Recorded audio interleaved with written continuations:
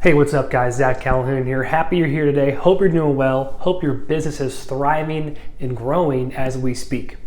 In today's video, we're going to talk about how to get clients and new customers to trust you and buy from you.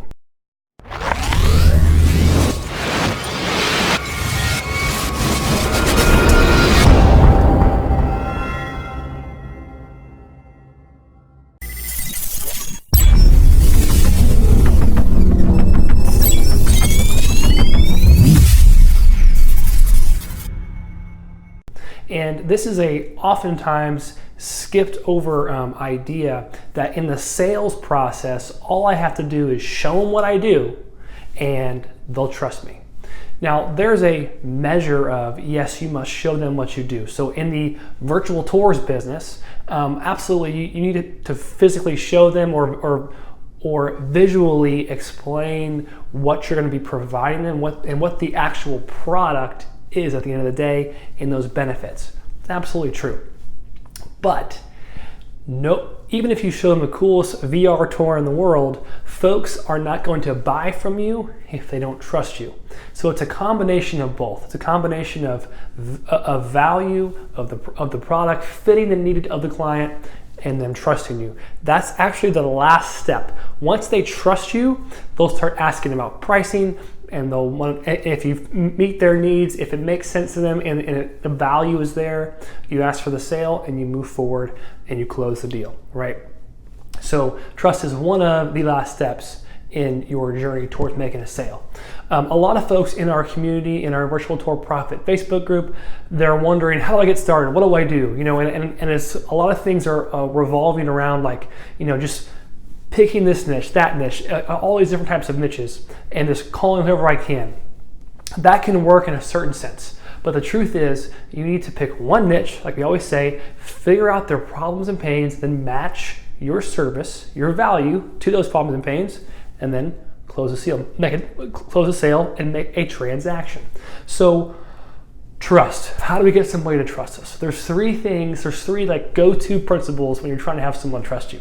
Number one, they need to know you. Number two, they need to like you. Number three, that's when you they need to trust you. That's how you make a transaction. It's called the KLT formula. Okay, so what is this and why is it important? And really, I've heard before too, to make a sale, you need two of those three things of the KLT. Just either they like you and they trust you, therefore they're going to buy from you, or they just know you and they like you, therefore they don't, I'm assuming they have to trust you in order to make a sale. So maybe trust is always there, and it's either know you or like you or optional. So how do we gain trust quickly in a sales scenario, especially when we're trying to scale a business and we don't have time to have a sit-down coffee meeting with every single prospect, right? Well, and if you don't have time to sit down with somebody, which most of us don't, you want them to trust you fast, right? So one way to do that is through referrals. If someone refers you, you have this huge level of trust coming into the contact, right? Someone is, I recently bought a software. And I knew limited information. I knew it did what I wanted to do. It was priced right. And then someone else highly referred it and loved it. Was an ongoing user for over a year. He loved the software. And he said, hey man, this stuff's awesome. I saw kind of what it did. I didn't flesh out all the features. I didn't really know the product fully, I should say. But I knew this person and I liked this person and I trust this person. So I made a transaction. And I didn't even talk to anybody. I didn't call anybody. I said, I'm buying the full package, the highest price one. That is also true in your virtual tour business or any local provider business, right? When someone refers you, if they're an inbound referral, they're the hottest lead and they have the most trust, they're ready to buy now, right? So one of your priorities in the business is to be constantly requesting referrals. That even may mean your first customer, your first one or two customers to break in, you discount heavily so that you can get referrals and start that network effect, right? Network and referrals are your best friend in a local business. Number two, a great way to gain trust quickly is testimonials. Visual pictures of people talking about your service or your product. If you check out cloudpanel.com, we have tons of testimonials. These are real. I'm asking people when they email me, hey man, I just had a guy that he messaged me on our chat bot. He said, hey man, I just sold an entire tiny homes community with virtual tours. I got $530 and I got him to pay me a monthly fee. I said, great, cool. Well, I took a picture of that and I'm saving it for later because we're going to use that testimonial, right? I got people who say, hey, your product has changed our lives. Well, those words are from actual users. You can't make those up, right? You don't make up testimonials. That's the number one thing you don't want to do. That's horrible. What you need to do is just take actual words and then post them with a picture, and if you can, a location and a company name. That's like, hey, this is a real person, and ask for permission. Hey man, can I post testimonial? For example, Brian Berkowitz, he's on shootingspaces.com. It's a really cool podcast. We did a podcast that said, hey man, would you mind, since you are a pro user, would you mind like if I use testimonial? He's like, sure, I don't mind it. So cool. So I put it on my website, right? It's a very fast way to gain social proof. You need social proof. That's how you grow a business fast, because they're going to research you, bro. As you share your information, even if you as you start cold email campaigns, people are going to research who you are before they call you back. That's just commonplace, especially if you're asking for money, right? And then, yeah, so if you get past the stage of trust, what's next? People typically, if they trust you, or at least a little bit trust you, or believe what you're saying, and you can solve their problem, they're going to start asking you for what the price is.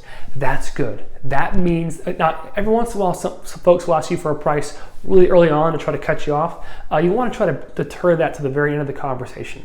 The end of the conversation is where the prospect in their mind is justifying, hey, is this gonna, I know it is, I think it's pretty cool. Is it the right price? And if you can get that answer to be yes, then your next question is, when do I start? Or when should we schedule me coming out to the location? You know, that's the question. It's called an assume close. You need to close the deal and say, cool, well, I'll come out on Thursday. Sounds great. I'm going to send you a proposal. You just sign that. We'll call that our PO. Send it back to me whenever you can, hopefully right away. I'll be there on Thursday. That's it. That's all you got to do. So once someone trusts you, ask for the sale, right?